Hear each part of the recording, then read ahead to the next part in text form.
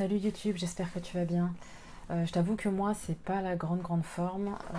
Je viens d'avoir un décès dans ma famille, donc là, je te fais la vidéo en deux spies. Je pense qu'il n'y aura pas de montage, il n'y aura rien du tout. J'incrusterai même pas les couvertures. J'en suis navrée, c'est juste vraiment pour être sûr que tu as une vidéo samedi. Je vais te parler donc de mes lectures de cet été. Cet été, j'ai pu pas mal lire, je suis plutôt contente. Que ce soit sur la liseuse ou que ce soit en réel, donc je suis plutôt satisfaite de mon été. Alors, j'ai lu en premier Réponds-moi de Mélanie Taquet. Elle me l'a envoyé en fait. Elle l'avait pas fait pour son précédent, mais elle l'avait fait pour les deux premiers. Et je dois dire que de toute façon, j'avais l'intention de l'acheter parce que c'est une autrice que j'aime beaucoup. Celui-là ne fait pas exception à la règle. Alors, l'histoire. L'histoire, c'est donc Florence et Nicolas qui sont des ex et qui se rencontrent une fois par hasard dans la rue et qui recommencent une histoire épistolaire. Donc, en l'occurrence, c'est par email. Et puis voilà, ils se rendent compte qu'ils sont toujours très attachés l'un à l'autre et ils décident de continuer à rester dans la vie l'un de l'autre malgré ce qui a pu se passer entre eux, puisqu'en l'occurrence c'est Florence qui était partie du jour au lendemain sans explication auprès de Nicolas. Et lui, ça lui est toujours un peu resté malgré les années qui sont passées. Donc voilà, c'est un roman que j'ai beaucoup aimé. Il est assez long, il se passe sur 20 ans, je crois, d'histoire. Moi j'ai beaucoup aimé, j'adore de toute façon les romans épistolaires et puis là c'est vrai que à la sauce moderne c'est vraiment super sympa et vraiment c'est un roman que j'ai beaucoup aimé. J'ai lu ensuite Nos étoiles manquées, c'est le tome numéro 2, on retrouve Kael et Karina qui s'étaient séparés. Alors c'est très bizarre parce qu'au début du roman j'ai eu l'impression qu'on était de nouveau dans le 1 puisqu'en fait il y a cette scène d'enterrement sur lequel on commence et il me semble que c'est à peu près la même qui commence le tome 1 et puis on suit après donc la suite de l'histoire du tome 1. Donc je sais pas, au début j'étais un petit peu perdue, alors c'est peut-être moi du fait qu'il y a eu je sais pas un an ou un an et demi entre les deux premiers tomes, c'est peut-être moi aussi qui suis tout simplement perdue. Donc c'est l'autrice qui a écrit les After et je dois dire que je suis assez agréablement surprise puisque justement autant les After c'est essentiellement sexuel, autant là c'est vrai que leur histoire à eux est un petit peu plus mûre. C'est pas parce qu'ils se revoient qu'ils vont tout de suite retomber dans les bras l'un de l'autre et j'ai trouvé ça assez bien. Moi ça m'a fait plaisir justement de lire une histoire comme ça qui est vraiment plus mature, plus réfléchie, plus adulte. Alors peut-être aussi parce que ça fait référence à son histoire à elle, à celle de l'autrice. C'est vrai, enfin je sais pas si c'est vraiment son histoire, mais en tout cas elle s'en est vraiment inspirée puisque son mari est militaire. Du coup, voilà, je pense que peut-être que c'est pour ça aussi que c'est un petit peu plus mûr, c'est aussi parce qu'elle nous parle un petit peu d'elle. Et en tout cas, celui-là, pour le coup, je l'ai vraiment beaucoup apprécié aussi. J'ai aimé le fait qu'on soit vraiment dans la tête et de Karina et dans la tête de Kael.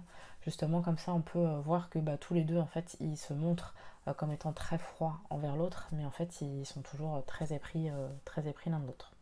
J'ai ensuite lu le Chez Pictures numéro 5. Donc maintenant que tous les O'Brien étaient casés, il ne manquait plus que Jess, que l'on décrit comme ayant un trouble du comportement. Bon, moi je veux bien, pourquoi pas. J'avoue que celui-là, bon, il est toujours aussi frais, c'est toujours aussi divertissant, j'adore les personnages, j'adore l'ambiance, etc.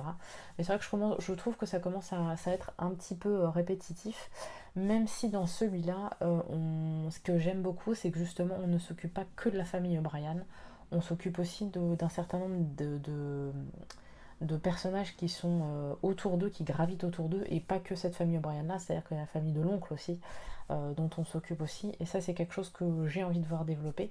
Je suppose que c'est ce qui va arriver dans les prochains livres, puisque là, ça y est, tous les O'Brien sont casés. Oui, c'est un spoiler.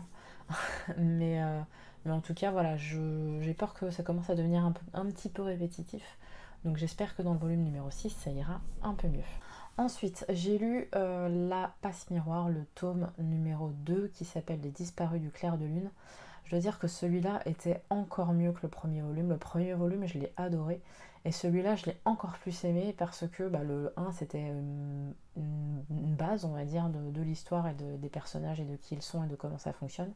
Et là, maintenant qu'on les connaît un peu tous, justement, il commence à leur arriver vraiment des choses. Et je dois dire que c'était plutôt agréable. Moi, Thorn, c'est un personnage que j'aime beaucoup.